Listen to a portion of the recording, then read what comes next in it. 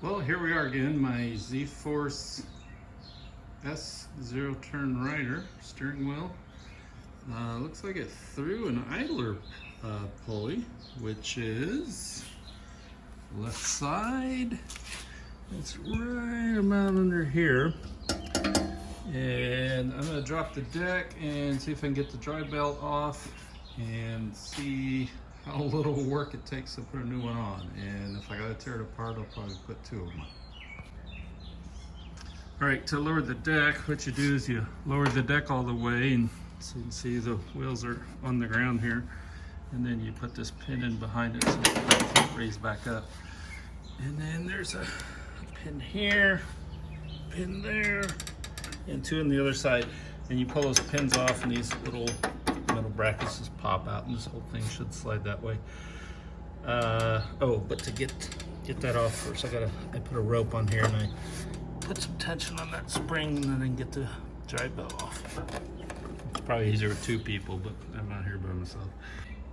I also forgot about this metal bracket too. Once the deck is loose, the deck will slide forward, and then this little bar will come around these hooks, no problem. All right, there's the bolt where the pulley goes. You can see see the bolt, and I don't know, the metal's kind of shiny. That's where the pulley ripped out. So I'm gonna get that deck out here and jack this thing up. Hopefully it's easy to get at.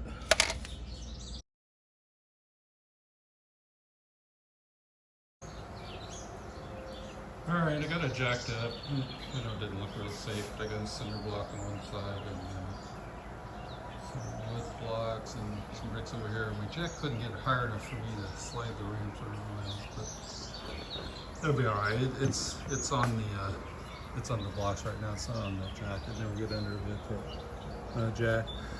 All right, so I got that plate out. Had to take the tire off. And there's my missing idler pulley, and then there's the other one. I was probably going to try and take both these off. So, try to move the seat.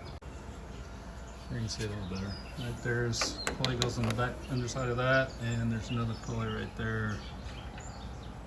That's it. You see that? Pulley there. I'll probably try to replace them if I can get them.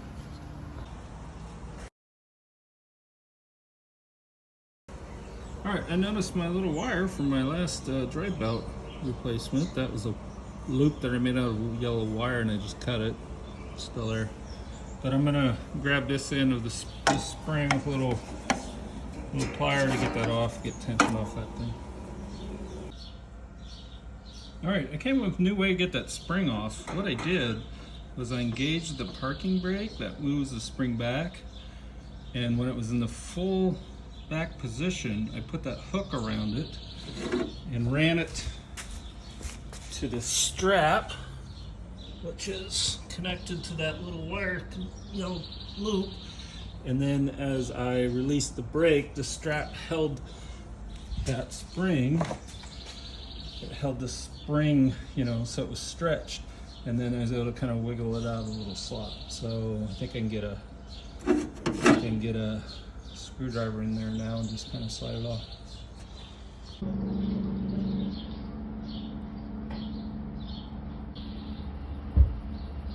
Oh, by the way, here's my little hook rig. Oh, it's gonna fall.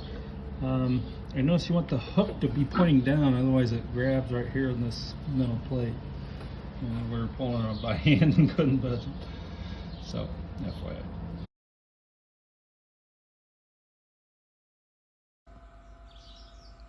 All right, I got two new idler pulleys. These are part number 756042224.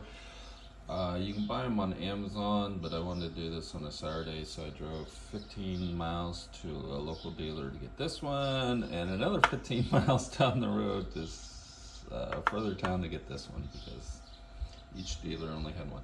There's the old one. You can see the bearing just totally blew out. They get hot, they get debris in there. I guess that happens.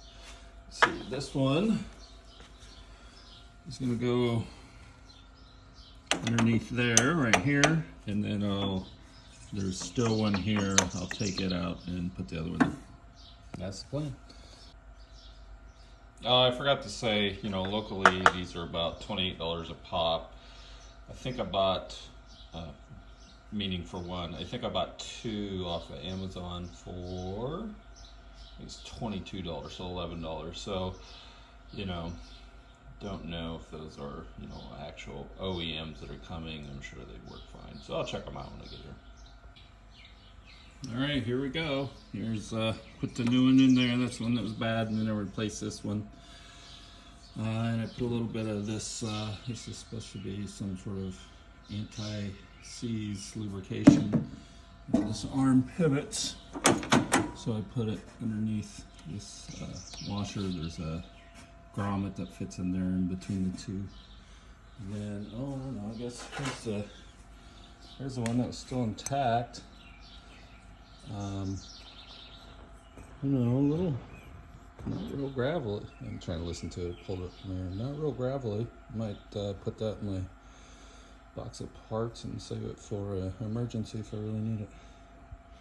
All right, well, now it's just a matter of, I gotta put that spring back on and put the deck on.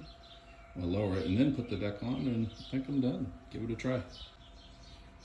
Here's my attempt at the spring. I've hooked it here, and I've wrapped this end of the spring around with that little wire loop, and then I've got a hook tied to that wire or through that little loop, and then that black hook is a pull strap, so I'm hoping to pull it that way and grab the hook of the spring with the wire or pliers and put it in the right hole.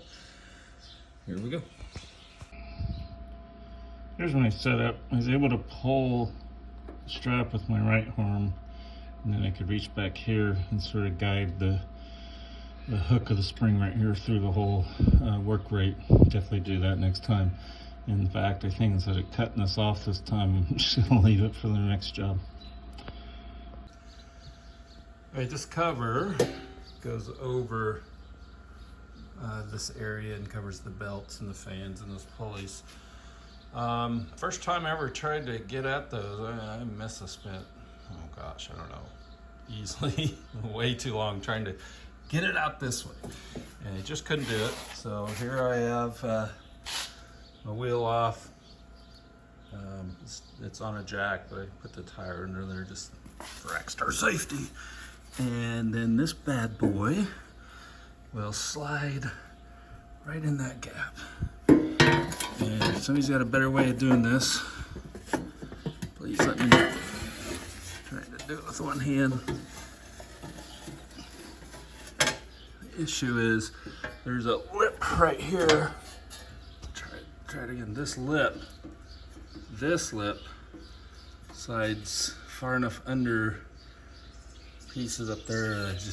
You just can't tilt it enough. Can't tilt it enough this way or that way to get it out. So that's how I put it in. All right, well, kind of screwed up. Forgot to check the belt. So it's on this one, it's on this one, it's on this hydrostatic one, it's on this one, but guess what? We're not on this hydrostatic one over here. So always check your belt before you start putting springs and pieces back together. I don't know, I'll see if I can manhandle it on against that spring, and if not, it's got tension. We'll see. I guess I can feel pretty good about that spring now. It's easy to take on and off, so we'll figure it out. All right, there's what I did. I took the cover off here again so I get it from the top. Put the parking brake on. That extends this bar, so now the spring is under a lot of tension, but that actually loosens the belt enough that I was able to, it's hard to see, but there is a belt guard there. I was able to kind of just wedge her in there, spin her all the way around, and it looks like it's on. So I'm gonna tension that belt again, crawl underneath, and make sure all the pulleys are on.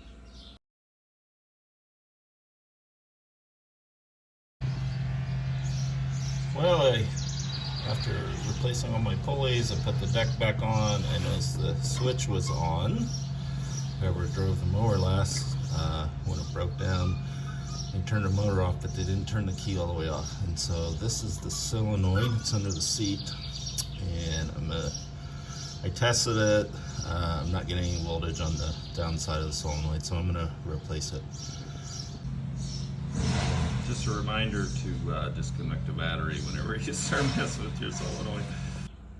Alright, well, this solenoid's kind of hard to get at, so I think I'm gonna take the battery in the battery compartment out, and that opens a big hole here that I can get at it there from the top.